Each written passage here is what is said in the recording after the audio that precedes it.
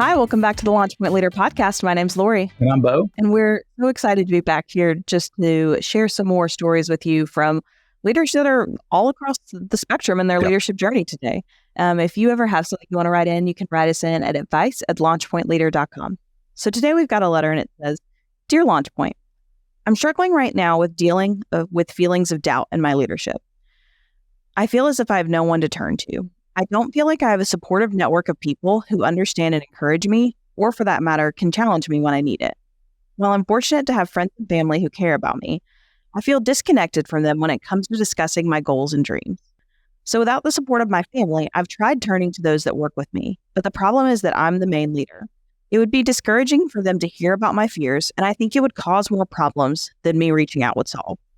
I'm struggling to find people in my life who share my passion for pursuing my goals. You said the leadership can feel lonely, and that's definitely how I'm feeling right now. What does it look like to push through this, and who can I turn to if I don't have the full support of my family? Warm regards, searching for support. Great question, because this is so real. It is so true. I know you felt it. I've felt it. I continue to feel it at times. This idea that leadership can be lonely, and so love that you reached out. I think if you don't have that support system at home, then I would say the next step would be to look for somebody that's gone before you. Look for a leader that has either in your company or outside of your company. It doesn't have to be in your industry, but look for somebody that's a little bit older, a little bit wiser, that's maybe done the role you've done or been in leadership longer than you have, and somebody that's had some success to their leadership tenure as well. If you don't necessarily have somebody like that in mind, I would say there's tons of professional organizations, probably in this individual's community. I think they're all over the country that you can join. Go join that. Start to make some connections there, and seek out purposefully someone who fits that bill of, hey, I've been there, done that, and I can help you with it. I think it's okay to have somebody that's in that same season as you, because you can bounce ideas off of one another. But the most valuable person I have found is somebody that's already been there. So seek them out, join a professional organization to try to find and connect with some of those people. A third option would be pay a coach. We do coaching. Pay a coach. One of the best decisions and one of the best amount of money I've ever spent is paying a coach for several years to help me as I was really trying to, as my business was growing drastically and I was struggling to keep up. He really helped me get ahead and kind of get my mind right with that. So pay a coach. There's nothing wrong with that. Everybody needs somebody to coach them along the way. The next thing I would say is I don't know if this individual is a spiritual individual or not, but I think getting in touch with your spiritual side, whatever that might be for you, is just a good grounding, and it helps to reflect, to kind of get quiet and just reflect internally as well. So that's kind of where I would start. And the last thing I would say is maybe think about support a little differently than just another person. Think about support with listening to things like this, with reading, with going to conferences, attending events, because that can give you some fuel with other people who are in the same leadership kind of journey as you are. That can give you some fuel as well without it necessarily being an individual personal relationship. That's good. Reframing community, because in the world we live in now, it is easier to be connected across maybe not just geographical areas. You can find that connection with like-minded individuals across the area. That's a good way to think of it. And, at times it's not that your family isn't supportive or doesn't believe in your dreams. I think there's just sometimes people just don't fully understand why you would do this, because it sounds like just reading this letter from Searching for Support, maybe they're an entrepreneur doing something like maybe that's not as traditional as a full office job or just doesn't fit the mold. And so maybe it's hard for your family to really understand why you want to do what you're doing, what it means. So while they may support, believe in you, there's just not that connection of why there. So looking for that community can be really important. Yeah, absolutely. I think one other thing to keep in mind is as you're trying to find this connection, Right. it can all be done over the phone or digitally, electronically. Doesn't just have to be somebody that you're sitting across the table from. That's always super It's helpful. valuable. But most of the paid coaching that I've done in my life has always been over the phone, and that's been a huge support to me. So yeah, I think don't don't overlook how important this is. Obviously, you're not because you reached out. But I would say, just like if with anything in your company that you're going to make a plan and pursue, make a plan and pursue this too. Don't just go, man, I hope this happens, or I'm going to go try to find somebody. Make a plan and pursue it. One other thought is somebody years ago, I feel like it was at a conference I was attending, and I don't remember who it was, but they said, create your personal board of directors and make the big asks of people that you might even think, boy, there's no way they would want to spend time with me.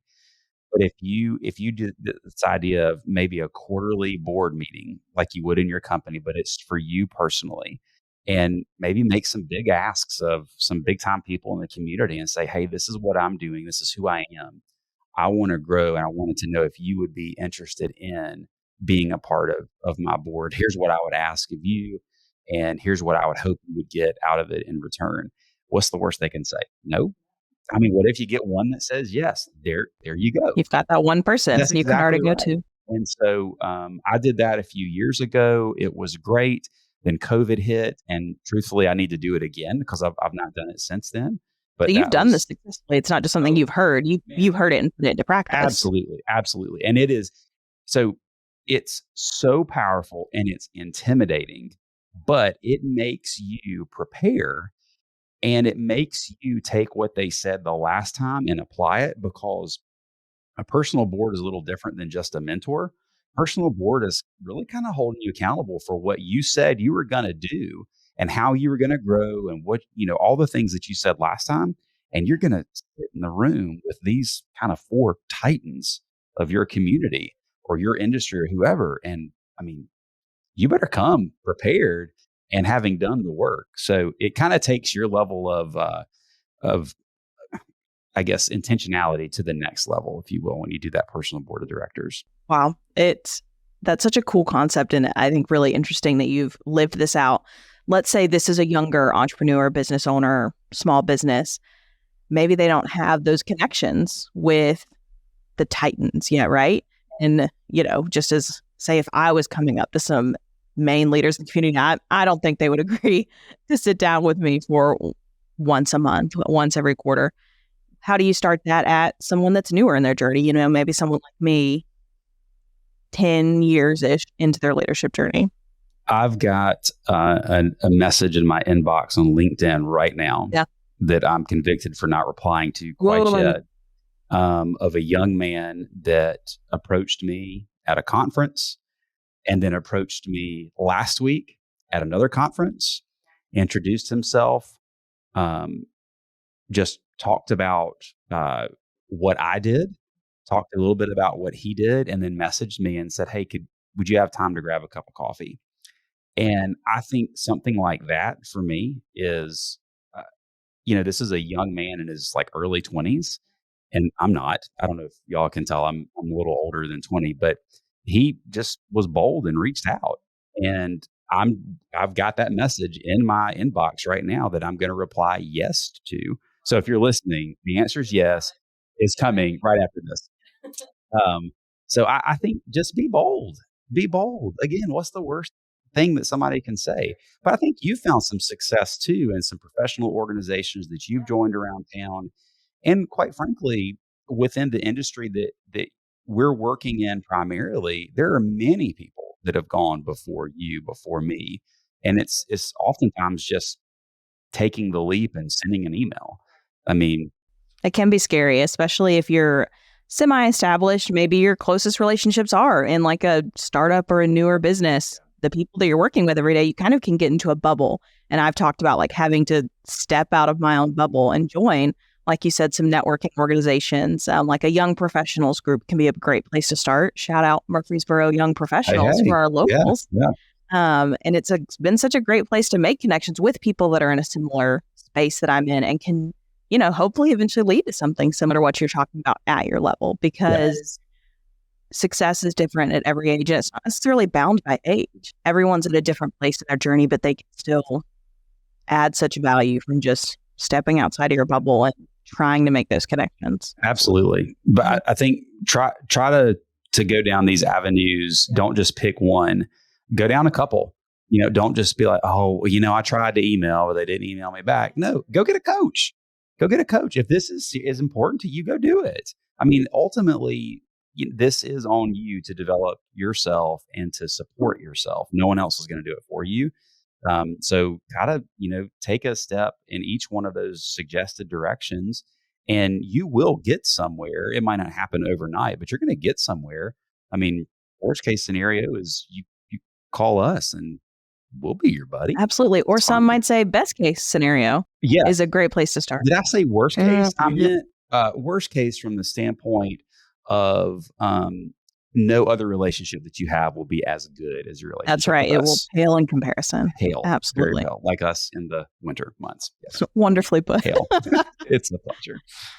So searching for support, I think, there's a lot to take from here, but the importance is it's going to take dedicated time reaching out. It's not going to happen by accident. It's not going to happen from one try, but it is possible to build that support. And I think the return you're going to see is going to be tenfold from doing this. So reaching out, no matter where you are in your leadership journey, and finding those people that you can go to are going to help you feel really supported in the moment. And I appreciate you reaching out and taking this first step, because this is the first step in finding some of that support. And I hope, some of what we've said today has resonated with you and you're able to take that away. But, as we leave off today, I hope you're able to take this information, and then other leaders that are listening, if this resonates with you, search out that community, and we hope that if you have something similar you're going to, or if you're dealing with a similar issue, that you might be able to reach out to us at advice@launchpointleader.com. And we would love to share with each other and build this community here at LaunchPoint.